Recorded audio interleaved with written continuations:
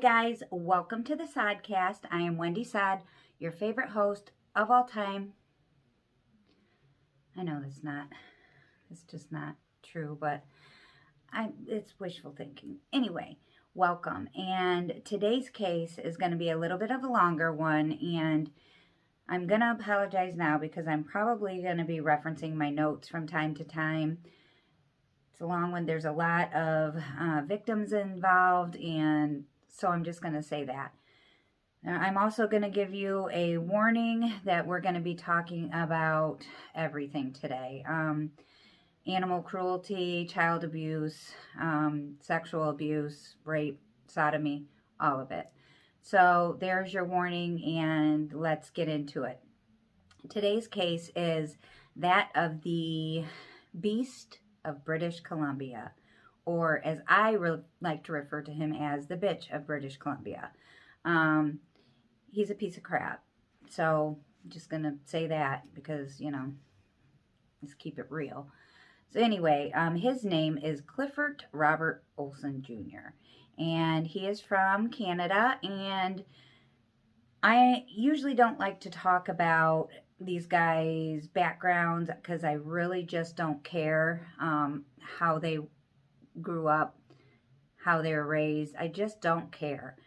But I am going to talk a little bit about Clifford's background because it's going to show, God, I got some in my eyeball. It is going to show where his life of crime started, how he kind of evolved into becoming a serial killer. So he was just always a badass kid. Like, he was bad from a very young age. I mean, we're talking 5, 6 years old. There's accounts of him stealing large amounts of money from family members, constantly getting into fights at school. He was really bullied at school. So eventually he got into boxing so that he could learn how to fight back, and he did pretty good at it. He ended up coming back and kicking all these kids' asses that bullied him. Good for you, Clifford. But that's just kind of, that was Clifford. He was just bad. He was always in trouble. So his first encounter with the law would be at age 17 when he had broken into someone's home and he got in trouble for breaking and entering and robbery. He was sentenced at 17 to 9 months in jail, and he sat for 4 months and he escaped. They recaptured him and threw his ass back in jail, and this would become a recurring thing with Mr. Clifford. Some would say that, he wasn't very good at it, escaping, that is, or getting away with it, I guess, but I'm kind of on the flip side of that. I think he was pretty damn good at it. He escaped from jail 6 to 7 times, and it became kind of a game for him. He didn't do it to see if he could get away and go into hiding, and no, he did it to see how long it would take them to catch him. Sometimes he would go and just lay in the woods for hours and, or days or whatever, and they would recapture him, and he just would, boast about it. So I think he was pretty darn good at it. I mean, you got to be good at something, right? So anyway, Clifford would continue this behavior. And when he was in the 8th grade, he just decided he was done with school because he kept getting suspended, and he just was done. So Clifford would go into kind of a career of odd jobs when he wasn't stealing to make money. He would go into construction, handyman kind of stuff, cleaning windows, that sort of thing. And he would later use this in luring his victims down the road. So one of Clifford's stints in prison in the British Columbia Penitentiary, Clifford meets a man, and I believe it was his cellmate, by the name of Gary Marcoux. Now, Gary was in prison being charged with some sexual assaults, and Clifford was known to be quite the snitch when he was in jail. Often getting beat up, attacked, by other inmates. He was once stabbed 7 times. You go, cellmates. But he was known to coax information out of some of these inmates, and he would testify against them. He was a informant, if you will. So he has this cellmate by the name of Gary, and he gets Gary to confess to the murder of a 9-year-old little girl. And he not only describes in detail to Clifford, he also does a handwritten confession, okay? So Clifford takes this information to the authorities, and it secures his conviction. Now, this just disgusts me, but Clifford would just enjoy listening to this story about how Gary raped and what he did to this 9-year-old little girl. And he would, after he got that written confession from him, he would read it over and over and over, and he would just fantasize about what Gary did. So this kind of lays like the land for what, he becomes. Ugh, disgusting.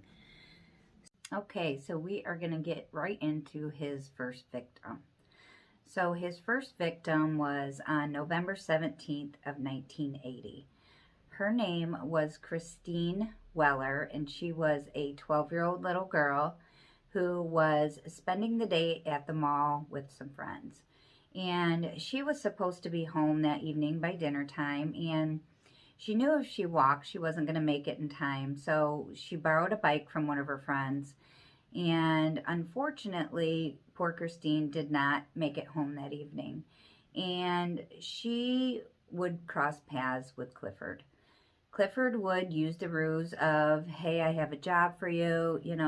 Back in the 80s, teenagers, they just wanted some independence. They wanted to make their own money.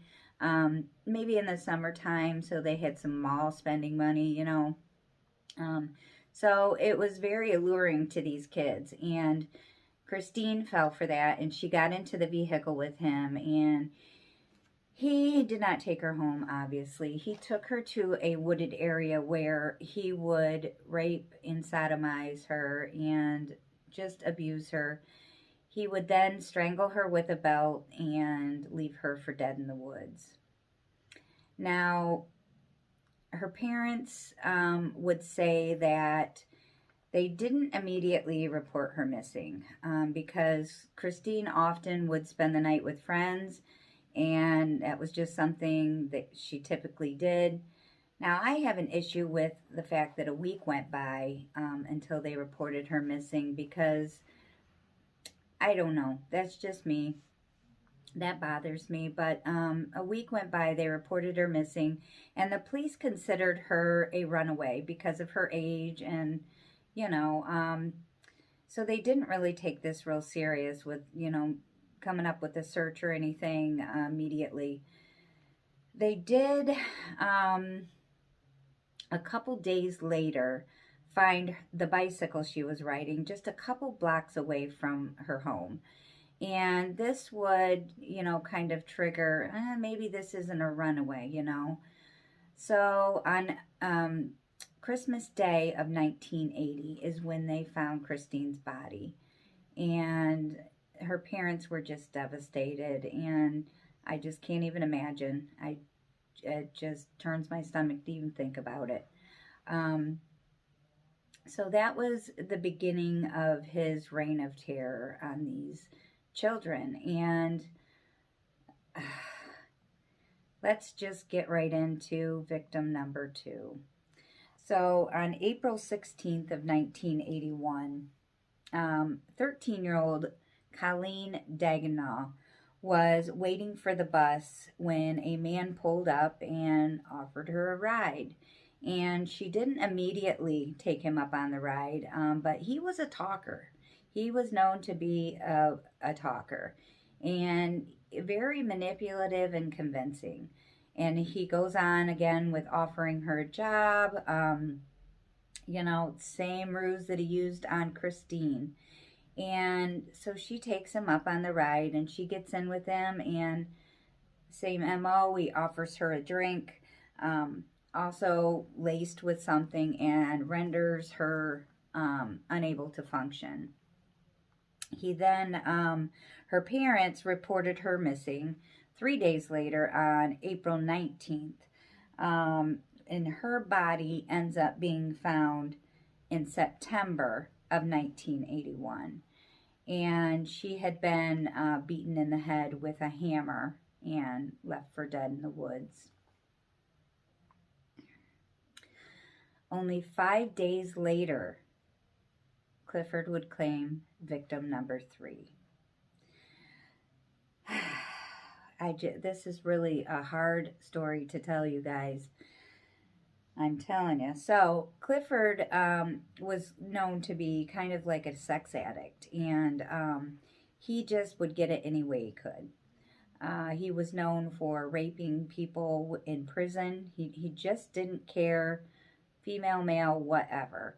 So, like I said, 5 days after he killed Colleen, he would run into Darren John Rood. And this was a 16-year-old boy that went missing on April 22nd, 1981. And Darren would make a trip down to the drugstore for his mother, I believe, to get cigarettes. Back then you could do that. But anyway, he would make a trip down to the drugstore where he was last seen there on video camera surveillance. And he was not seen again after that. Now, Darren's body was found on May 2nd, 1981. And he, too, had been struck in the head with an object, a hammer, something to that effect, sodomized, and left for dead. Also in a woody area. Now, he was using, in a lot of these cases, he was using, to get these kids to the woods, he would say he had a cabin. Now, I researched and I tried to see if this cabin was a real thing or if it was just something that he was using to get them to get out of the car and start walking into the woods. And I couldn't find anything about a real cabin. I was dying to see this cabin, but there was no cabin that I could find. If you know about a cabin, let me know. Okay, so on May 14th of 1981, so just not even a month after his last victim, him and a woman he had met, Joan, was to be getting married on May 15th. So on the 14th, Joan and her friends had made plans to go out and celebrate and kind of have her bachelorette party. Well, Joan's friends all thought it was a great idea to leave their children with Clifford to watch that evening. So Clifford would do what he does best and act like a fucking asshole. And he would single out a little 5-year-old girl and from the older children. He sent them off to the store for candy or something. And he would molest this little girl. She would then tell her mom the next day what he did to her, and the mom would go and report this to the police. Now, they did bring Clifford in for questioning, and of course he denied it, and the little girl was too young to testify, and they couldn't find any evidence that it had happened. So here we go again. He gets off. No, nothing. Just free to do it again. So the very next day, on May 15th, like nothing happened, he goes to the church and he marries Joan. Now, Joan, what are you doing? What are you doing? I don't even understand, because he just did this to a 5-year-old little girl the day before, and you're aware of it because he was questioned about it. but you're still going to marry him and go on to have children with him. Okay, Joan. I'm mad at you, Joan. So anyway, May 15th, Clifford and Joan marry. Okay? And she will say that very quickly he became abusive. He became alcoholic. He drank constantly. He would scream and yell at her for hours. Now, this is her account. She just said that he was just turned into a horrible person right away. And, okay, but she stayed with him out of fear, whatever reason, she stayed with him. So 4 days later, after he married Joan, on May 19th, 1981, asshole would strike again. So a 16-year-old girl by the name of Sandra Wolfsteiner would be in Surrey that day visiting her boyfriend at her boyfriend's mother's house. And she left the house about 11:30, and she walked outside, and I don't know if she was waiting for the bus, but she was standing out there, and the boyfriend's mother would witness a silver car pull up with a man in it, and she would see Sandra get into this car. Now, he would use the same ruse about, giving her a ride and probably about offering her a job, whatever. These darn kids are so vulnerable and just gullible, and makes me crazy. So she gets in the car, and he takes off. Now, let me just mention here that Clifford would use multiple different rental cars in his crimes. So, I guess I just can't figure out why he wasn't caught, but I guess that kind of makes sense because, she would report that he was, she was seen getting into this silver car, which he probably got rid of later that night. Who knows? Anyway, he would take little Sandra out with the ruse of going to the cabin that didn't exist, and he would do what he does and rape her, and he would bludgeon her in the head with a hammer and leave her in the woods. Now, her family reported her missing when she didn't return home, and her body would be found later on that year in that wooded area. So, my gosh, I just can't even believe already the number of victims that we have here, you guys. So we have Christine Weller in November. We have Colleen Dagnall in April. Then we have another one in April, Darren. We have Sandra Wolfsteiner in May, okay? Brings us up to June 21st of 1981. Asshole strikes again. So later that month in May, Mr. Clifford would strike again. But this time he was not successful as far as claiming another murder victim.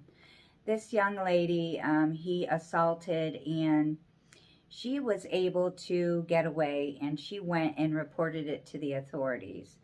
Now, he was charged with indecent assault, but he was released on bail. Again, I don't get it. I just don't get it.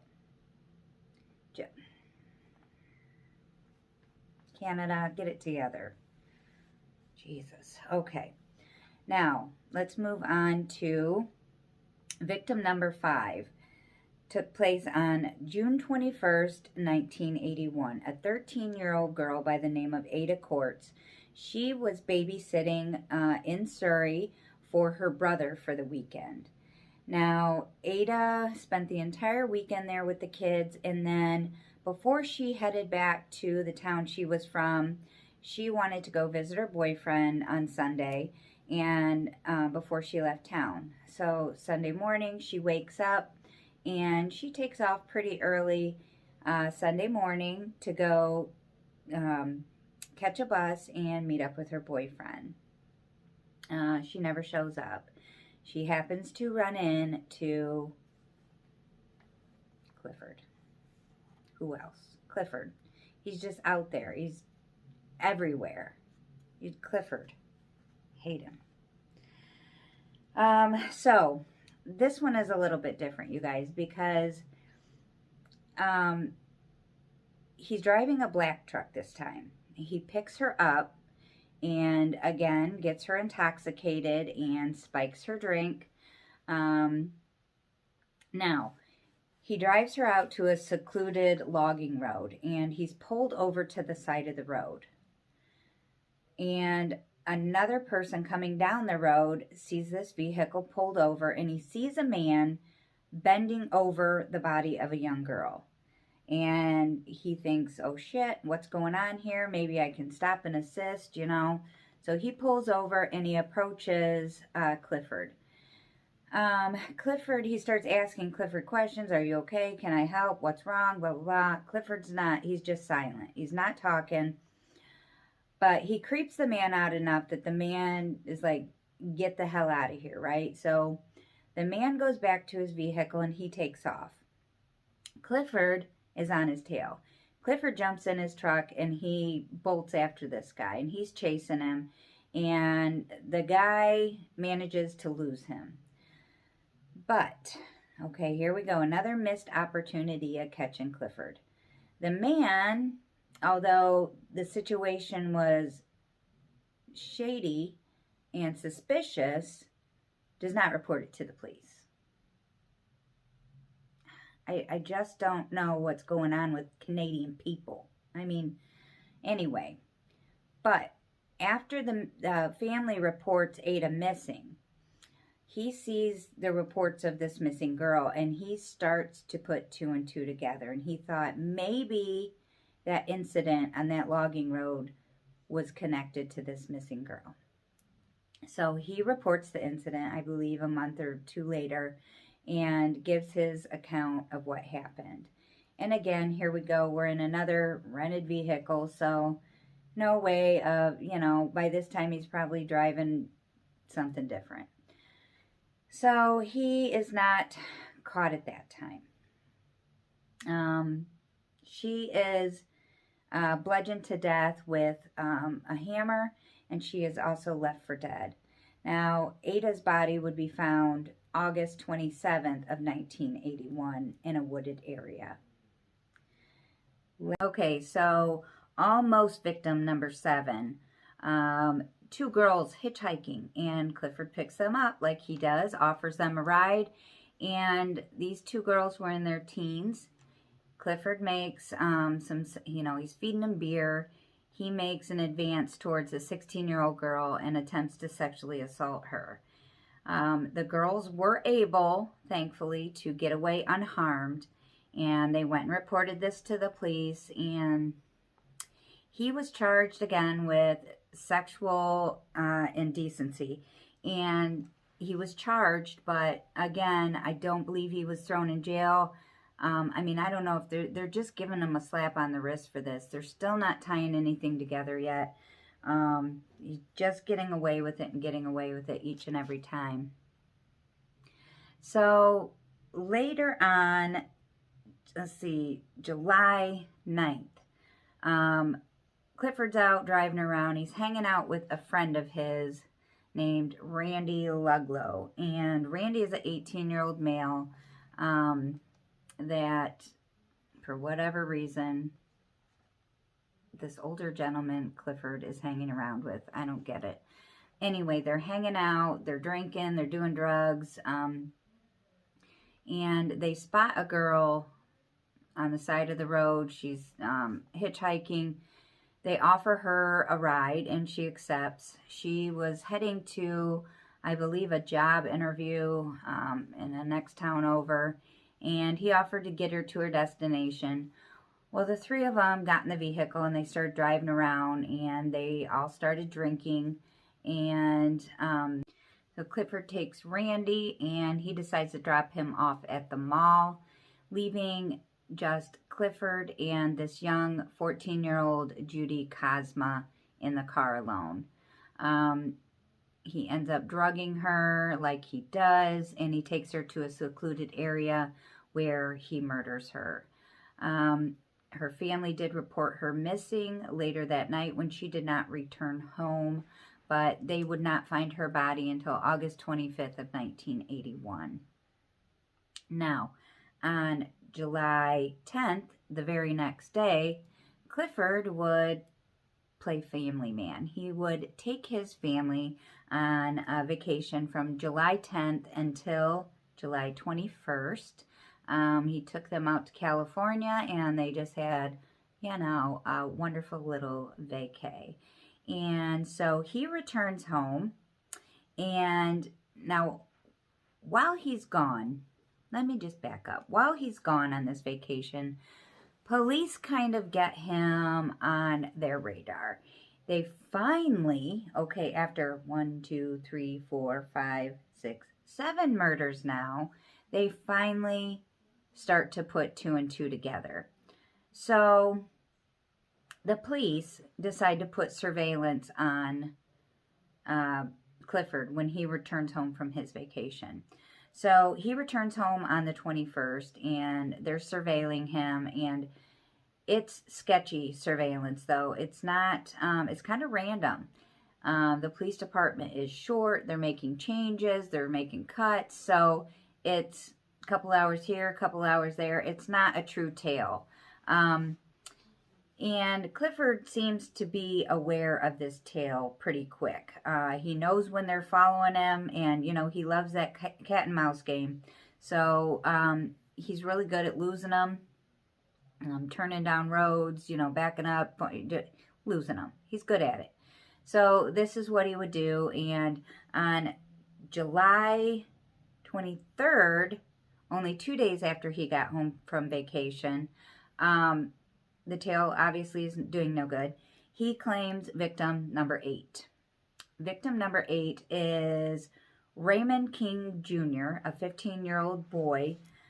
He went missing on July 23rd, 1981, and he would go out looking for a job. And there was a job store called Manpower, and Clifford was smart enough to know that if he went and hung around these places like this, he just knew where to hang out to find these young kids.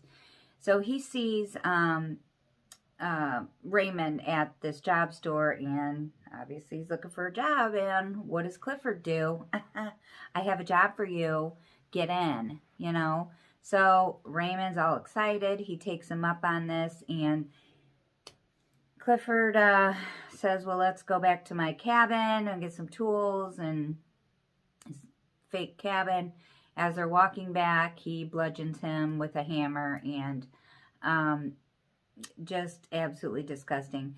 It is said that he even went as far as to drill nails into his head, and oh God, if I could get my hands on that son of a bitch. Yeah, so leaving him for dead there in the woods again. Now his body would be found on August 5th of 1981. Okay, so Clifford, you're killing too fast. I can't even breathe.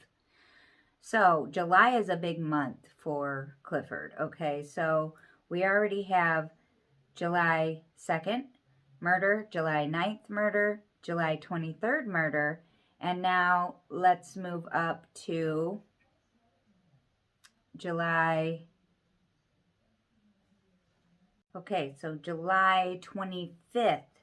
Here we go. Busy month. He meets Sigrand Arn in a local pub, and this boy is an 18-year-old. I'm sorry, not boy.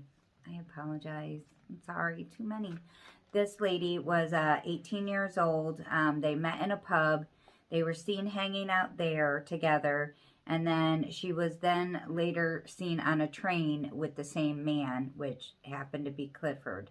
He again takes her out to a secluded area, does what he does, rapes her, strangles her, beats her, bludgeons her, just kills another one, you guys. Okay, so her body was found on August 8th, 1981, buried in a shallow grave or a shallow trench. And then the very next day, just to remind you, that is when they find little Simon, only 400 yards away from Sigrun. Just disgusting. And this general area that we're talking about, this is where they found most of the bodies. Okay, victim number 10, you guys. 15-year-old Terry Carson. Again, let's count it up. July is a busy month. We have Simon, Judy, Raymond, Sigrun, and now Terry. We have 5 in July. Like, Joan, where's your husband at? And Clifford, how the fuck do you have time to do what you do? I'm not getting it. And I don't get you, Joan, why you're not noticing anything's off here when your husband's out. I'm going to stop ranting. So on July 27th, 1981, he sees Terry walking and same shit. Offers her a ride. She takes him up on it. He takes her out to the woods. He does what he does to her. He bludgeons her to death. He burns her clothes and throws some of her items into the woods. Not the woods, shit. The river, sorry. Oh my gosh, so hard keeping up with all of this information, you guys. And I know you hate me reading off a paper, but I have to. I'm not that smart, okay? So, okay, he throws her stuff into the river. Now, her body would be found on August 27th of 1981. She was reported missing when she didn't return home, when she didn't show up for her next shift at work. And her work would contact her parents, and her parents would say, oh, well, she didn't come home last night. And so they immediately knew something was wrong, so they reported her missing. And, you know, again, I don't know. They're supposed to be doing this surveillance on, off, on, off. Now, that was July 27th. They officially stopped the surveillance on Clifford on July 29th. Why? I don't know. I guess manpower is why, and funding, I don't know. But it would be a big mistake. And not that it was doing any good, I'm going to say, but he just keeps getting away with it. So they would reinstate the surveillance not long thereafter, but he would just keep doing what he's doing. So on July 30th, okay, so the day after they stop surveillance, they decide, let's try to trick him into giving us some details, and let's try to trip him up.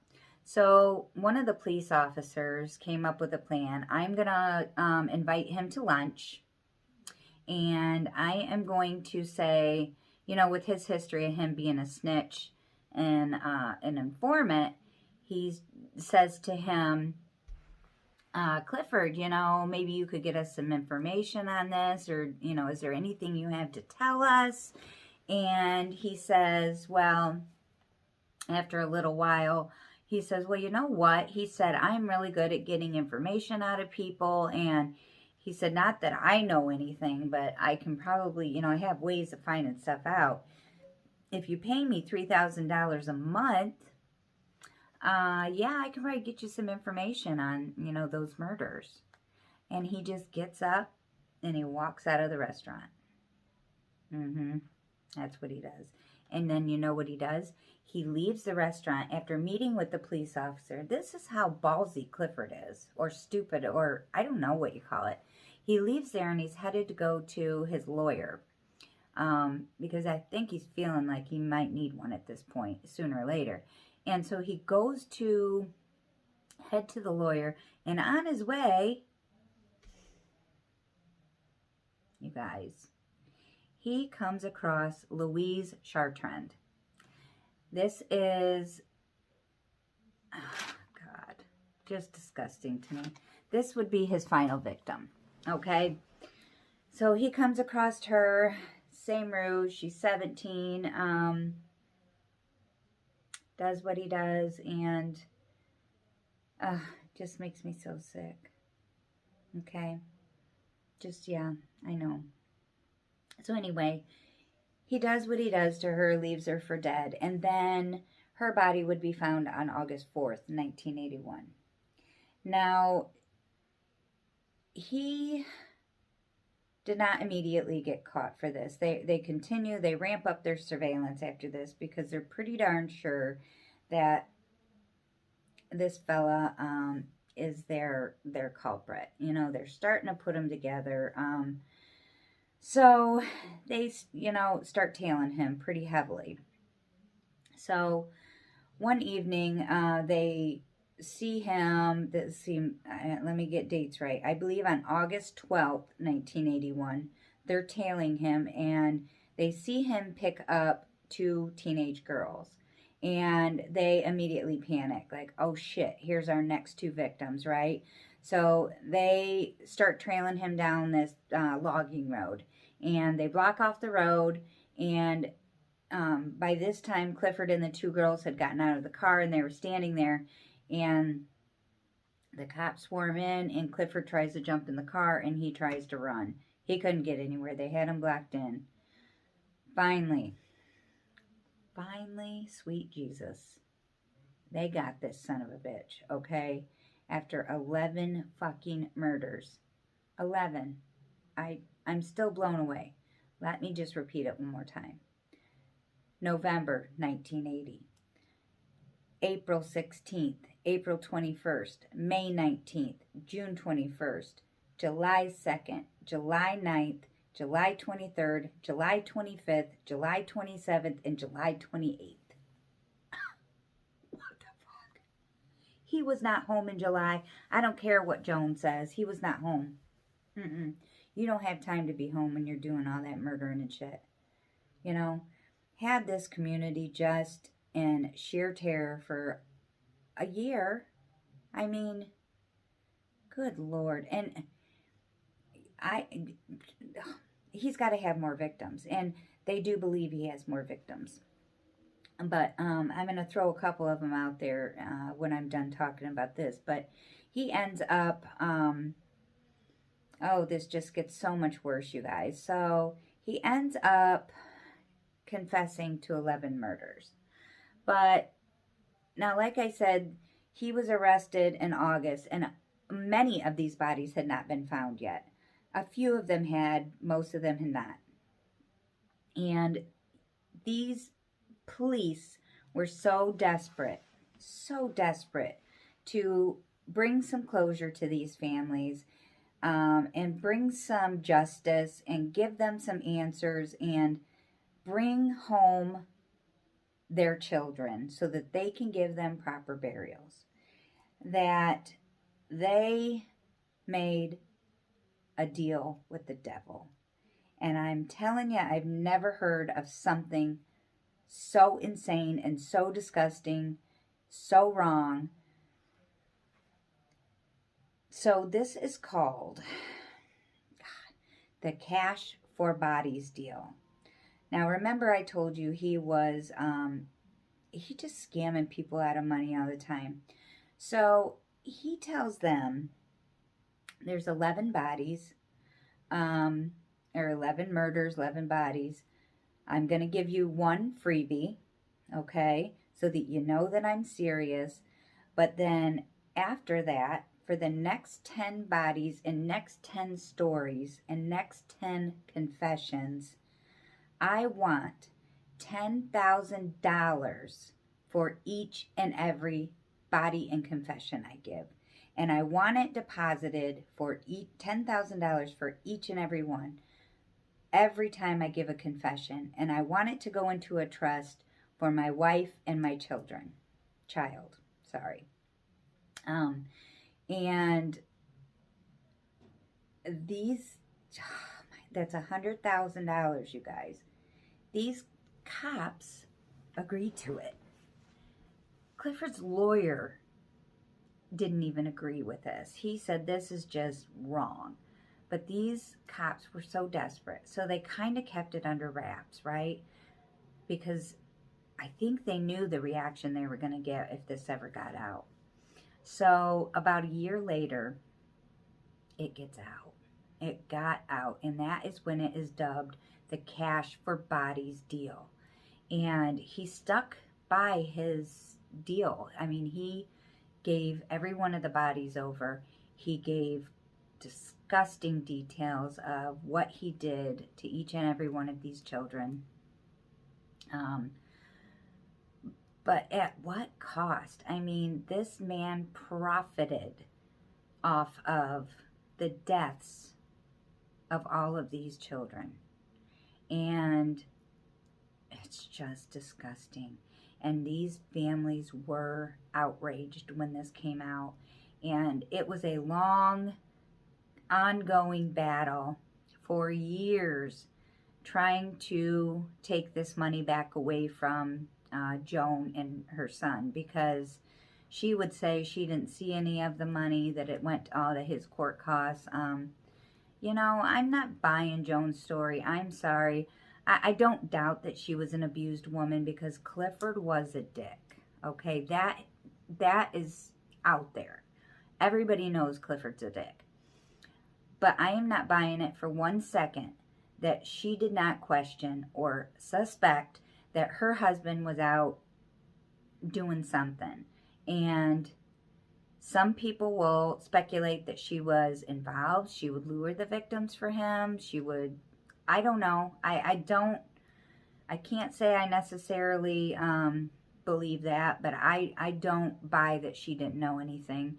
There was a time when their son was born.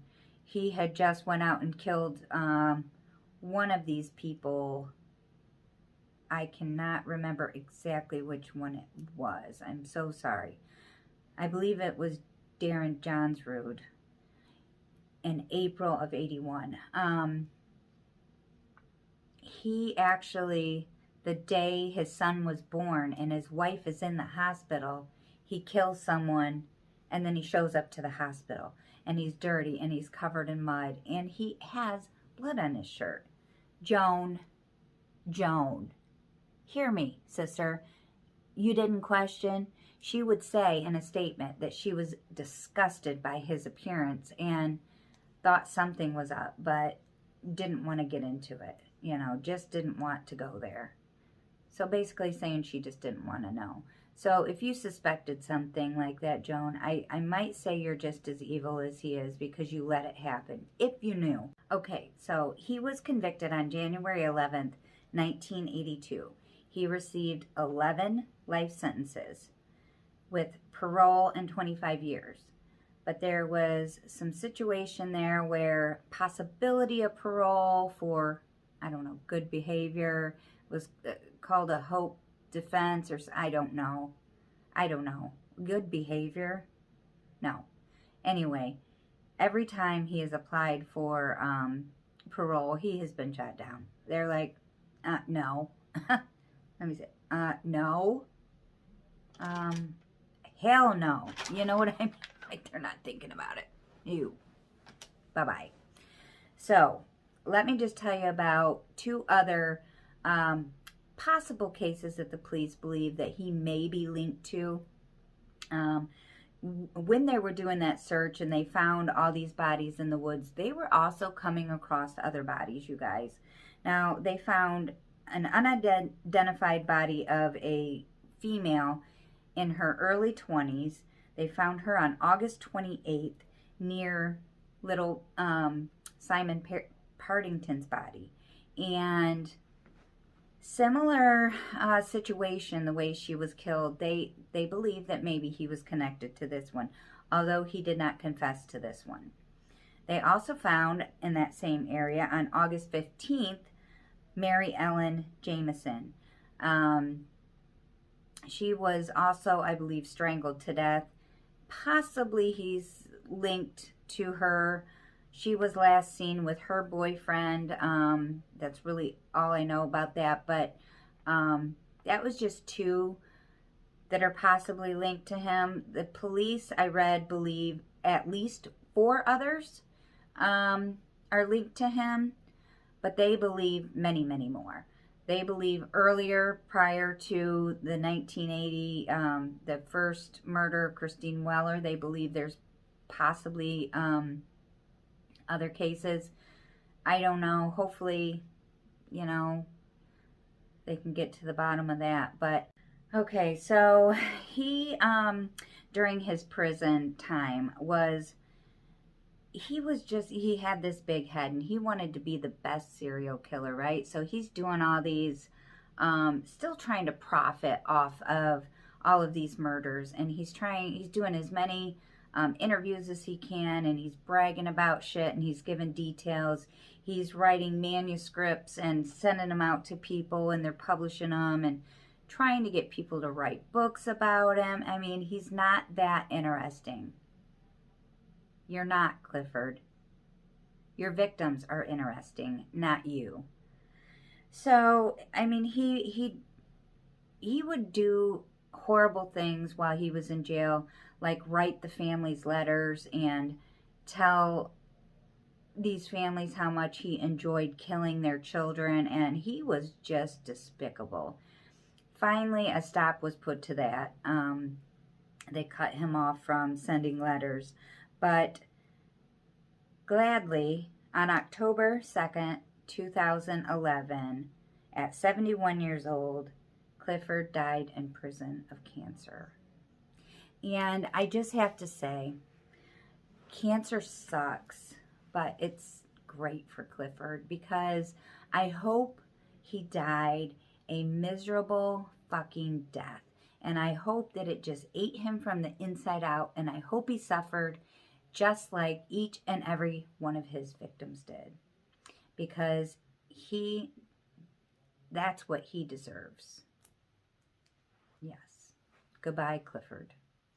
And that is the case of the Beast of British Columbia, you guys. And I know it's long. I hope I didn't bore you to death. If you have any comments on this, I would love to hear it. You know, if you want to make any corrections to my dates, times, I tried to check myself, but you can always double check me. Thank you for watching, guys, and I will see you on my next video. I have another great case coming up for you guys, so watch for that, and I'll see you next time, guys. Bye.